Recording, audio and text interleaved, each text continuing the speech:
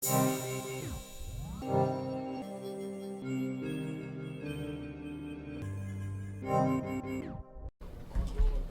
got Bigalow up in Yo, here. yo. What up with it? Legendary. Would you say that? Well, you know, we ain't gonna say legendary. We gonna say, I like pioneer. A pioneer. Yeah, I like pioneer. Pioneer. Yeah. Jackson, Mississippi.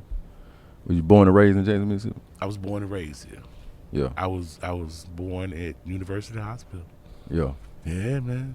Okay. Born and raised Jackson, Mississippi. I've lived here for the majority of my life. Yeah. I think, because I lived in California for about 3 years. And what So I time think- period was that? When I was a kid, actually, I think I was 6th grade, 7th grade, Yeah. 8th grade. Yeah. I stayed in California. I think that time in California kind of, I don't know. I'm a different Jacksonian now, or Mississippian, Yeah. behind living in Cali for a minute. Okay. Okay. What about your upbringing? How would you say you came up with a single parent household? Nah, man, everybody raised me, man. Like when I say I was raised by women, I was raised by women. Yeah. My aunt, my grandmother, my great grandmother, my mother. You know what I'm saying? It was a conglomerate. Yeah. You know what I'm saying? They got together with that thing, and I appreciate all of it because I appreciate how I was raised because it made me the man I am today. Okay. Real life. Now, would you say you was a street kid or? Honestly, I chose the street Yeah. because everything else was simple.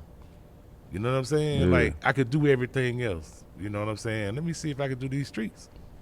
Yeah. And you know, I know a lot of people say, "Oh man, the streets were hard, this and that." It wasn't really. You know what I'm saying? You had to know how to maneuver yourself in the streets.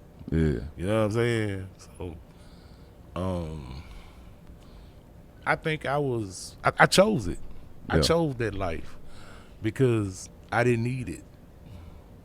Okay. Like I was raised to not need anything. You gonna be able to do everything for yourself. So when I chose the street life, it was like I wanted to see what this life was about. You know what I'm saying? Like a lot of the heartache I went through, I'm glad I went through it, but I ain't have to. But I'm glad I did. Yeah. Yeah. Okay. Okay. And what about the music, man? How did you get started in the music? That's an interesting story. My father is a musician. My father is a blues singer from Mississippi, from Jackson. Mm-hmm. We're not gonna call his name. God rest his soul. Okay. We're not gonna call his name because he's not the one that inspired me to do music, but he was the spark that sent me to the place where I was inspired to do music. I'm gonna tell a story. He was performing at Zoo Blues one year, and I'm 13, 14 years old, and I'm not really concerned about Zoo Blues at this time. You know what I'm saying? I'm not an older person, so, but I'm just chilling. Johnny Taylor come on to perform. When Johnny Taylor come on, the whole atmosphere and the whole crowd change. I see old women that I know lose their mind and literally just take this dude and just and raise him up to a pedestal. And that's when I wanted to do music. Like when I saw Johnny Taylor perform at Zoo Blues, How old was you at the time? 14. 14. I didn't know nothing about music. I didn't know nothing about how to do it. I mean, there wasn't a rap element in Jackson. I mean, we just started it. Okay. So, saying? what influenced you to do rap though? I mean, who influenced you? Well- Who was some of your influences? Coming up. I grew up in rap. I grew up in the rap game. Yeah. You know what I'm saying? Rap raised me. Even back in the Gap when you couldn't listen to nothing but, because I grew up in, like I said, I lived in California for 3 years. Yeah. So this was the time that Too Short was just getting little traction. You know Yeah. what I'm saying? You Yeah. had a couple of rappers out there that was getting traction. You know what I'm saying? That was doing it. You know, on the Yeah. West Coast, we didn't know nothing about it at the time, but I did because I stayed out there. Okay. So it was like, what is this? Yeah. You know, I didn't know nothing about it. I didn't know what it was. It was a new genre of music. And I was interested in it, but, you know, I kind of let it linger for a minute. When I really wanted to do it, like I said, I saw Johnny Taylor. I wanted to do something. I couldn't do blues, so this was my lane. Yeah. I wanted to get my own lane and run in it because I wasn't nobody in Jackson in this lane. Yeah. So this is my lane. And like I say, we didn't know how to do it. We didn't know what to do. We didn't know nobody. We didn't know. I didn't know how to write raps. I didn't know how to get beats. I mean, we just figured all this out. So when was the first time that, you know, you recorded a real song, and The first when did you become Bigalow? the first real song I recorded was for the Renegades. I Yeah. was a member of the Renegades. Yeah. And the first real song I recorded by myself, I recorded on a pool table in Jason Garrett's house. What up, Jew? Jason Garrett's house. Yeah. And we was on a 4-track, and we had cordless mics, so everybody had to be quiet and be still. And that was the first song I ever recorded. And when I recorded it, everybody told me, bro, you got something. And I was like, man, whatever. You know what I'm saying?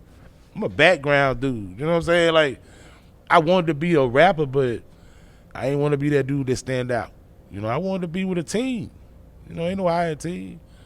Yeah. Everybody wanted me to be the one. I want to be a team. Yeah.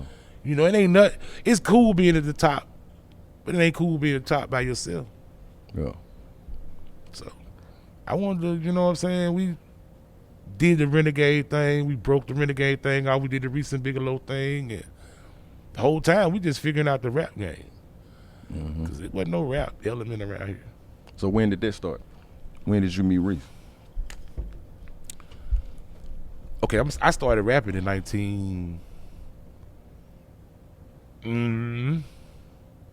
I met Reese in 1991.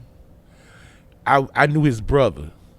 His brother was trying to rap at the time, but was still doing the street thing.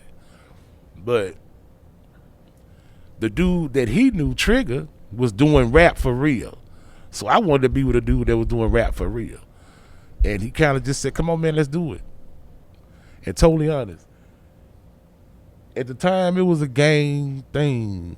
Like, you was either a vice lord or a gangster. That's it in this town. Yeah. So, Wasn't no Crip and Blood, none of that. nah, ain't none of that. We ain't know nothing about no Crip and no blood. Yeah. You know what I'm saying? Ain't nobody know nothing about nothing but vice lord and gangster. Yeah. That's the only thing you was. But it took a gangster to come over here to these vice lords and believe in us so much that they was the first people that recorded us. Like, we was the first people that really brought peace to this city. Yeah. As far as the gang thing, red and blue make green. Yeah. Yeah. So, Yeah. I mean, we sold 20,000 records before they were recording the sales, before SoundScan, before It's physical copies. just physical copies. Yeah. Like, we didn't even know you could get it scanned, and you could, for real, like, you record this? Like, we thought if we sold 20 and told you we sold 20, that you say we sold. Nah, we didn't even know how to do nothing. Like, everything that we learned in the rap game, we paid for. For real. Like, it was a learning lesson. Okay. So y'all was independent. I've never been with a major label. Never signed a deal. All my music mine. I own it all. Yeah. Okay, so let's get into y'all first album, y'all first project.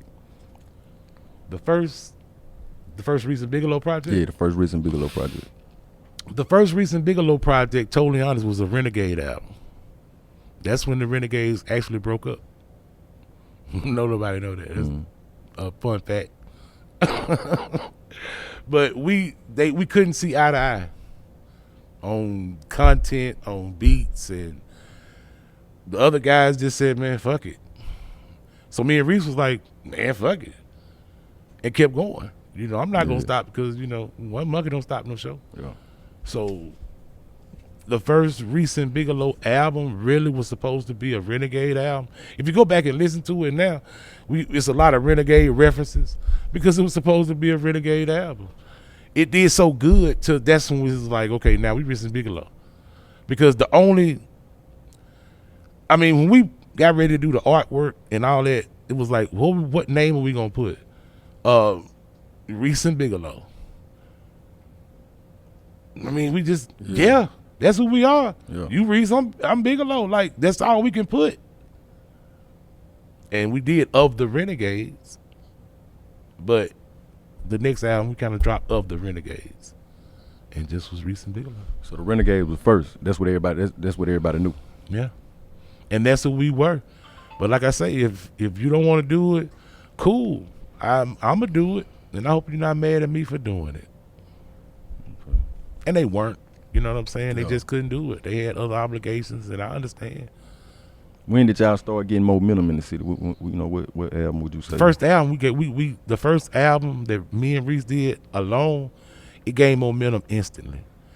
It gained momentum in Texas because we had a Texas sound. Yeah. And as we gradually moved along, the second album had a Mississippi, Texas, Atlanta sound.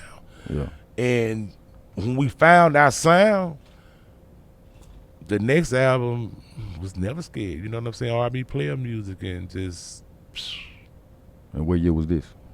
This was 1990, end of 99, beginning of 2000, right? 99, end of 2000. It was right before Christmas of 99, and we actually did our album release party at Freelon.